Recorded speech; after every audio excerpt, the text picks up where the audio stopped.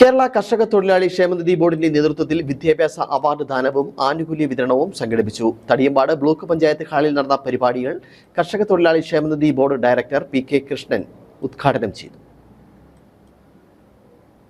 കേരളത്തിലെ കർഷക തൊഴിലാളികളുടെ സമഗ്രമായ ഉന്നമനം ലക്ഷ്യമിട്ട് പ്രവർത്തിക്കുന്ന കർഷക തൊഴിലാളി ക്ഷേമനിധി ബോർഡ് ഇടുക്കി ജില്ലയിലെ തൊഴിലാളികളുടെ മക്കളിൽ മികച്ച വിജയം കൈവരിച്ചവർക്കുള്ള വിദ്യാഭ്യാസ അവാർഡുകളും മറ്റ് ആനുകൂല്യങ്ങളുമാണ് വിതരണം ചെയ്തത്.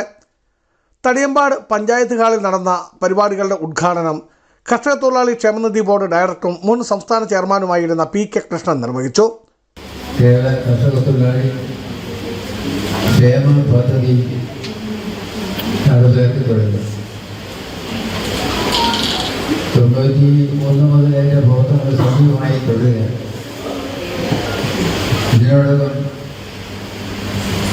ഏതാണ്ട് 25 ലക്ഷത്തിൽ പരം തൊഴിലാളികൾ ക്ഷേമപദ്ധതിയിൽ ചേർന്നു. SSLC +2 വിഭാഗങ്ങളിൽ മികവ് പുലർത്തിയവർക്കുള്ള അവാർഡുകളും ആനുകൂല്യങ്ങളുടെയും വിതരണ ഉദ്ഘാടനം ഇടുക്കി ബ്ലോക്ക് പഞ്ചായത്ത് പ്രസിഡന്റ് ഡോളി സുനിലും നിർവഹിച്ചു. യോഗത്തിൽ ഡയറക്ടർ പ്രൊഫസർ പി.കെ. കൃഷ്ണൻ അധ്യക്ഷനായിരുന്നു. വിവിധ തൊഴിലാളി സംഘടനാ പ്രതിനിധികളായ MJ മാത്യു, വർഗീസ് വെട്ടിയാങ്കൽ, അനിൽ ആനിക്കനാട്ട്, ജോർജ് അമ്പഴം, ജോസ് പൈനാപ്പള്ളി, മുഹമ്മദ് യാക്കൂബ് എന്നിവർ സംസാരിച്ചു. ജില്ലാ ക്ഷേമനിധി ഓഫീസർ AR വിജയചന്ദ്രൻ സ്വാഗതവും സ്റ്റാഫ് പ്രതിനിധി സന്ധ്യാമോൾ സെബാസ്റ്റ്യൻ നന്ദിയും രേഖപ്പെടുത്തി. ബിജു വൈശൻ പറമ്പിൽ, ഇടുക്കി വിഷൻ ന്യൂസ്, ഇടുക്കി.